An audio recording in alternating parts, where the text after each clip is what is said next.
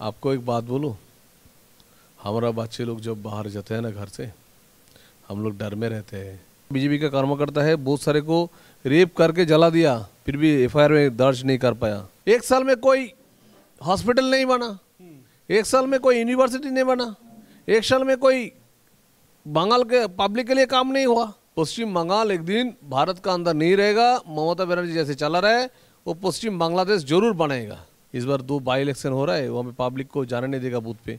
आज जाने देगा तो फिर भी बोलेगा तुमको काट करेंगे। तो यहाँ पे बच्चे को पिस्तौल लगा रहते बैठे रहते हैं। जो हम लोग कश्मीर फाइल्स में देखा, जो हिस्ट्री में देखा है, उससे भी भयानक घटना घट रहा है बंगाल पे। हिंदू का घर जला देना, हिंदू का घर वहाँ से रिहाई करना, आसाम में भेजना, दिल्ली में भेजना, पश्चिम बंगाल का बाहर कर देना। ममता बनर्जी तृणमूल कांग्रेस का घातक हो गया।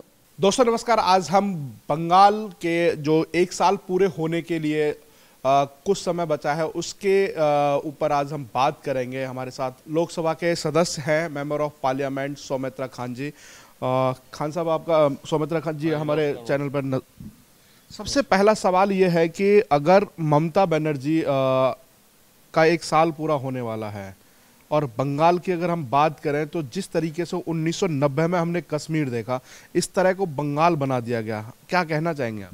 कश्मीर से भी खतरनाक स्टेट बना दिया। कश्मीर में जो घटना घटी सिर्फ एक संप्रदाय का ऊपर हुआ। कश्मीर पंडित जी जितने सारे रहते थे उसको हटा दिया, उसको वहाँ से, जो हम लोग कश्मीर फाइल्स में देखा, जो हिस्ट्री में देखा है, उससे भी भयानक घटना घट रहा है बंगाल पे। हर दिन आपका वहाँ पे हिंदू का ऊपर मर्डर। 1 साल का अंदर आपका 198 मर्डर्स बाय तृणमूल गुंड्स। आपका बोले तो बोले हिंदू का घर जला देना, हिंदू का घर वहाँ से रिहाई करना, आसाम में भेजना, दिल्ली में भेजना, पश्चिम बंगाल का बाहर कर देना। ममता बनर्जी तृणमूल कांग्रेस का घातक हो गया।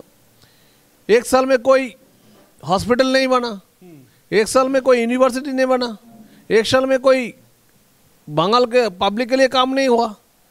500 और 1000 का नोट, दिल्ली का सरकार का जो पैसे जाते हैं वैसे 500 और 1000 का नोट देके बहुत सारे टेररिस्ट बना के शिक्षा को बुलंदित करके, शिक्षा को मिटा के वो पूरा बांग्लादेश बनाने के लिए एक कदम आगे हो गया। आप लिख लीजिए, पूरा भारतवर्ष को अभी सतर्क नहीं होगा तो रियली बोल रहा हूँ मैं, एक बंगाली होने के बाद भी पश्चिम बंगाल एक दिन भारत का अंदर नहीं रहेगा। ममता बनर्जी जैसे चला रहा है वो पश्चिम बांग्लादेश जरूर बनाएगा।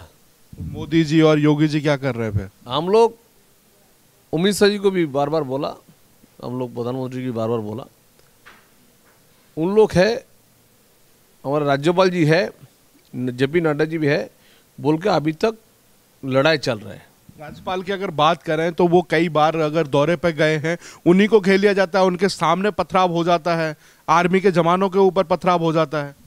आपका यही बात बोल रहा हूँ, वहाँ पे कुछ बंगाल का कुछ ऑफिसर लेके पूरा टेररिज्म सिस्टम बना लिया। हमारा अमित शाह जी ने कल बोला है ना, बंगाल नहीं जाइए, बंगाल में आपका गोली चलेगा। हम लोग भी खतर रहता हूँ, हम लोग भी रहता हूँ भाई, बंगाल जा रहा हूँ, बंगाल में हूँ तो कब मेरा घर पे बम पड़े। इसीलिए बाबुल सुप्रियो भाजपा छोड़कर टीएमसी ज्वाइन कर लिया कि कम से कम जान की सुरक्षा रहेगी। हाँ, जान की सुरक्षा के लिए मैं चला गया हूँ, क्योंकि बंगाल में जान सुरक्षा रखना भी बहुत बड़ा मुश्किल बात है। हो सकता है आप सब सांसद के ऊपर बम पड़ती है, राज्यपाल का जी का ऊपर बम पड़ा, राज्यपाल जी को भी हटा दिया वहाँ से। तो मतलब हटा से मतलब कहाँ पे जाने नहीं देते। ममता बनर्जी को पूरा देश के लिए एक खतरनाक महिला है अभी। अच्छा, सबसे बड़ी बात है कि अगर हम वीर भूमि की बात करें तो आए दिन वहां से घटनाएं होती हैं। अब तो जिंदा लोगों को जलाना शुरू कर दिया है, पहले पलायन, अब जिंदा जला दिया जा रहा है लोगों को। पहले यही बोलेंगे, आपका सीबीआई ने जब दर्ज शुरू किया है हाईकोर्ट का ऑर्डर पे, वो वहाँ पे पहले देखिए, वहाँ पे किसी को भी फेसबुक चलाने नहीं दिया। ये सिस्टम कौन बंद किया? सीएम ऑफिस छोड़ के तो फेसबुक, इंटरनेट बंद नहीं कर पाएंगे।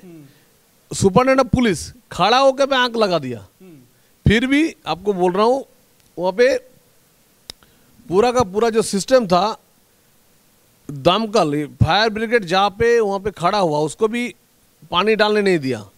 ये किसका बाद में हुआ?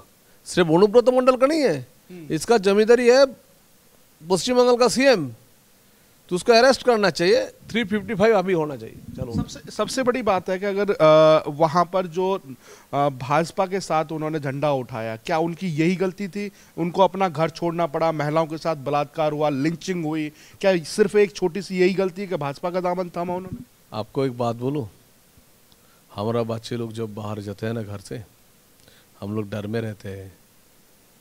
हम लोग बहुत सारे, हमारा साथी को हम लोग हराया, साथी का बीवी को भी वहाँ पे रेप करके जला दिया है।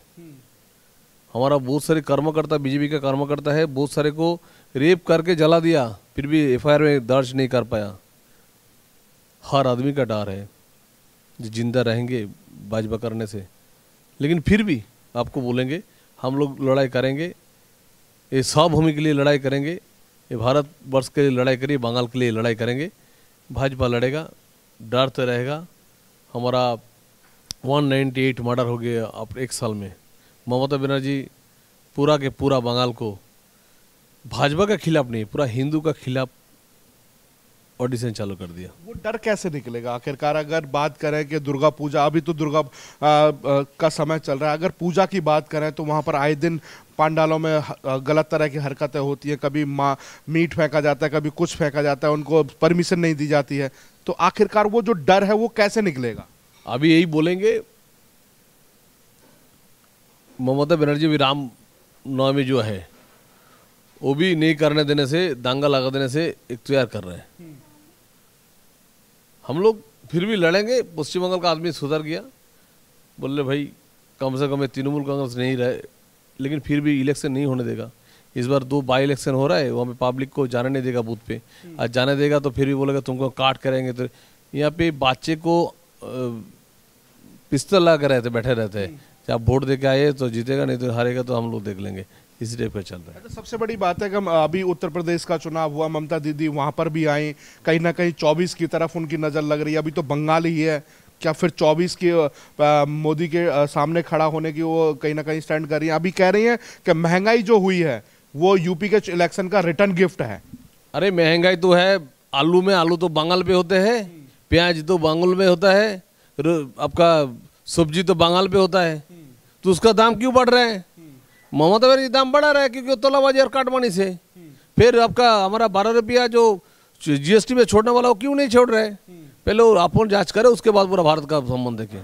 तो आखिरकार जिस तरह की हिंसाएं हुई, आखिरकार वो हिंसाओं पे पूर्ण विराम कैसे लगेगा? क्या केंद्र में आप, लोकसभा में आप इन चीजों को उठाएंगे, या फिर वहां पर जाकर के ममता दीदी ने जो संघर्ष पहले किया था इस तरीके से आप संघर्ष करेंगे? हम लोग लोकसभा में बार बार उठाया, हम लोग संघर्ष करेंगे, हम लोग राजनीतिक संघर्ष करेंगे, हम लोग लड़ाई करेंगे, राजनीतिक लड़ाई करेंगे, हम लोग ममता बनर्जी के खिलाफ लड़ेंगे, हम लोग करेंगे।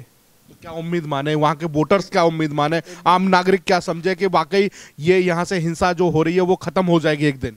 एक दिन लड़ते लड़ते जरूर तुम जीतोगे, तो बंगाल हम लोग छोड़ने वाला नहीं है, भाजपा का हम लोग है, तो हम लोग लड़ाई करते करते एक दिन जरूर जीतेंगे। नेताजी सुभाष चंद्र बोस बोलते थे ना, हमको तुम हमको खून दो, हम तुमको फिर आज़ादी देंगे। तो मैं ही बोलेंगे, भारतीय जनता पार्टी एक दिन खुद पूरा पब्लिक लेके आएंगे भारतीय जनता पार्टी को, और हम लोग लड़ेंगे लड़ाई शेष बिंदु तक, हम लोग अंतिम बिंदु तक हम लोग लड़ेंगे। महापुरुषों की वीर भूमि माना जाता है बंगाल को, आखिरकार उसको इस तरीके से बनाया, उसका नैरेटिव सेट हो गया कि आखिरकार अगर आप वहां जाएंगे तो हिंदुओं को हत्या होगी, या फिर इस तरह के नरसंहार होंगे, या आपको घर छोड़ना पड़ जाएगा। ये भी हम लोग को बहुत डर है, लेकिन फिर भी बोलेंगे ही, लड़ेंगे, लड़ाई चलता रहेगा। जरूर हम लोग एक दिन सीए करके ममता बनर्जी को हटाएंगे।